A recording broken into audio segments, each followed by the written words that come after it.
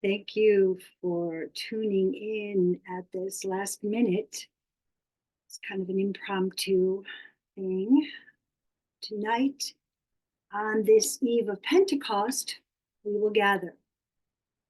We often come together to mark the seasonal milestones, which hold heightened opportunities to tune into the cosmic and earthly rhythms that are bestowed on us at these festival times. And I just love that the Greek meaning of the word festival is shining day. So yeah, we will gather with food, we'll make a bonfire, do a biodynamic prep stir. Oh yeah, we will probably work with BD 501. This is the horn silica, because we want to bring in the forces of light from the sun this time. So we'll do the stir, and yeah, we'll tune in like we do for all the festivals. There's always a specific theme, a moral flow to tune into. And these festivals don't, they commemorate great historical events, but it's not only that. They bring in cosmic truths, and they show us many different cultural traditions.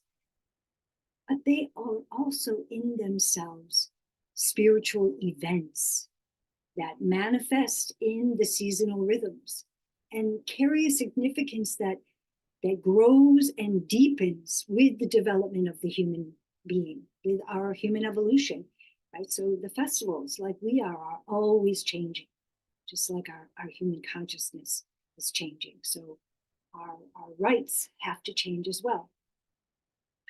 And yeah, you can tell I love living into the festival life.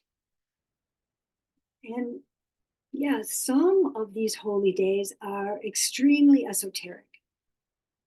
But when we do these gatherings, I sometimes really want to work hard to try to not make it so occult, to try to make it more accessible. So tonight, when we explore Pentecost, 50 days after Easter, this year I felt called to make a simple story of this seasonal energy that can be entered into experientially. So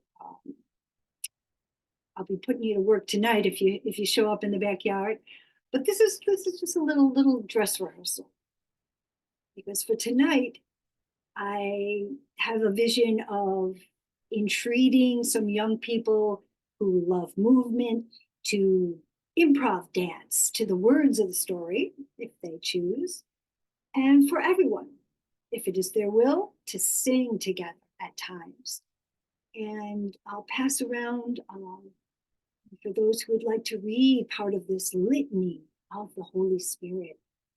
You can get to know what that energy is all about, as well as speak out of the Spirit as people feel called. So you'll have to just imagine the fire glowing on the earnest faces, the circle expectant, and I begin.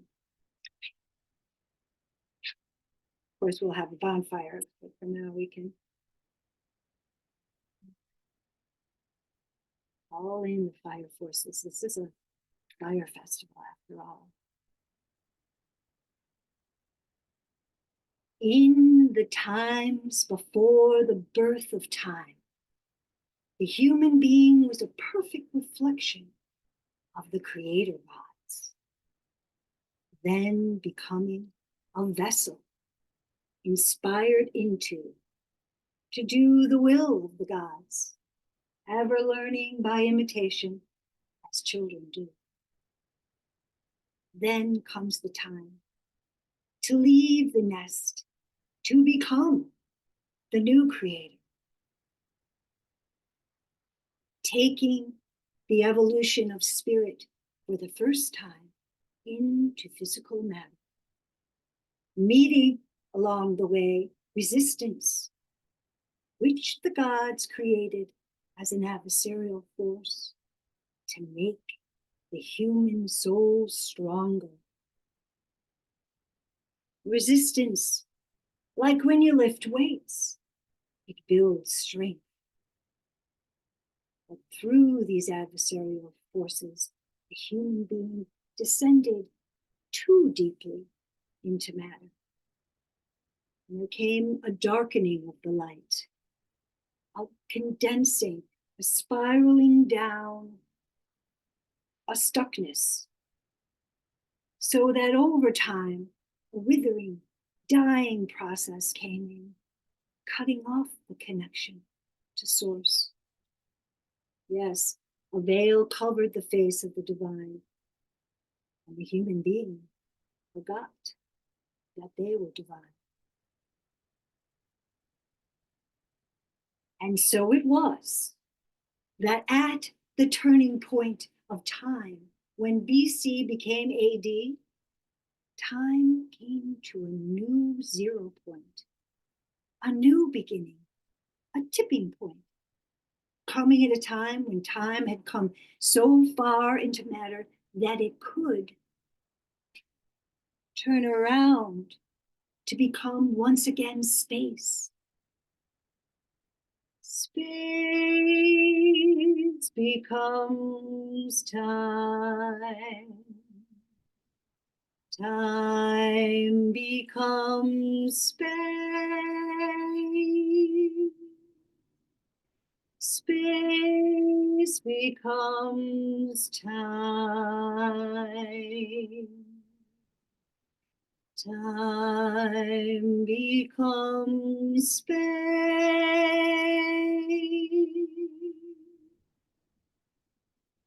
Catalyst is needed. A sacrifice, a catharsis to activate the tipping point. A tip to flip the yin into the yang, the yin into the yang, yin, yang, yin, yang, yin, yang. Or like when water transforms into steam, or jello, or ice, or wine. And so it was that with the turning point of time, a catalyst has come in, the sun source, the logos word pronouncing the I am. I am.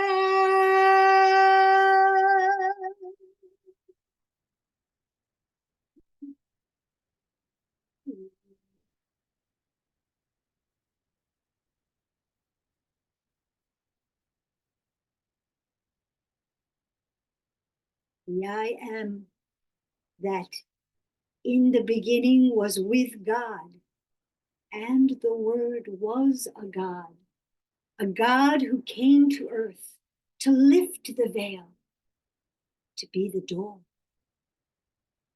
And so it is that the cosmic being of love entered into human incarnation to overcome death. And around this sun source gathered a new kind of community, a new kind of family, not related by blood or heredity. And this new community walked with the Anointed One, learning the ways of forging a new path to spirit. 40 days after fulfilling the deed of planting the seed to turn death into life, the new community witnessed the ascension of the being of love, an expansion from out the molten golden core of earth, where the gifts of the resurrection are ever taking root. Yes, the word was planted into the earth, became a flower in ascension, a rose expanding out into the aura of the earth, a rose into the ethers, arose, bestowing new blessings into the astral realm of the stars, becoming a bridge between the earth and the cosmic sun source, father ground of the world, and the divine wisdom of the mother. Opening the way 10 days later for the Holy Spirit to descend at Pentecost, 50 days after Easter. Whitsun, White Sunday, named after the white garments worn by those seeking initiation into the new mysteries of love and freedom. Love and freedom, love and freedom, love and freedom, love and freedom.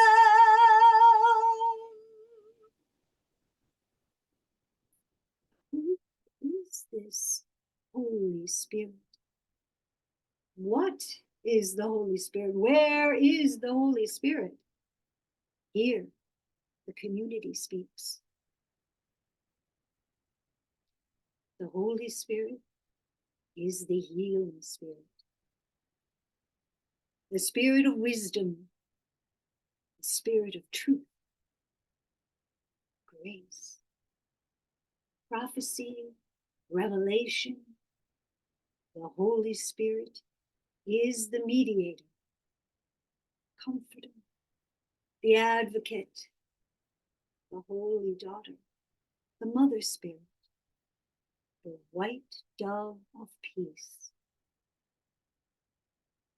The white dove descends with healing in her wings, bestowing tongues of fire to ignite our heart thinking, inspiring us to achieve our highest destiny, our right livelihood, our service purpose. And so tonight, and anytime when two or more are gathered as a conscious community, we stand like a chalice, ready to receive.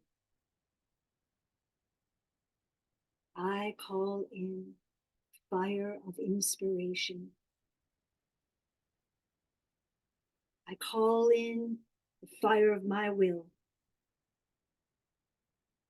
I call in the fire of love and wisdom. I call in the fire of shared community. What fire do you call? All are welcome to call in the fire of spirit in their own way.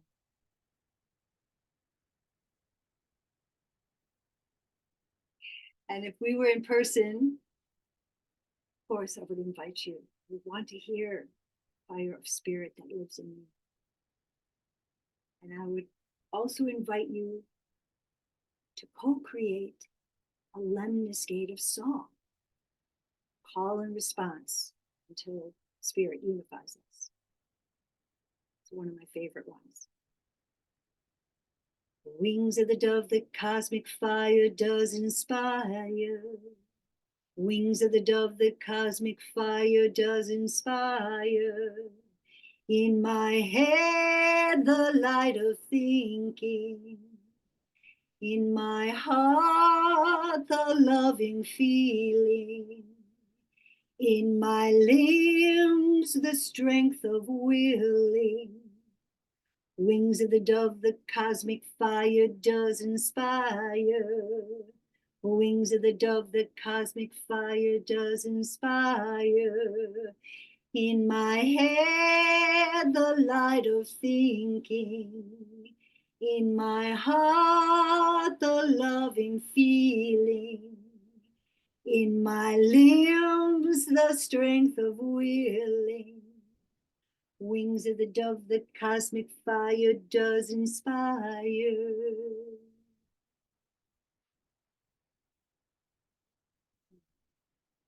Yes, blessings, friends, as we open to receive the gifts of spirit and share them with each other. Open it up and stand, talk a bit. Then I gotta get started rattling the pots and pans. I gotta get in their kitchen. As my daughter says, making food is my love language. So, blessings and peace. Until soon.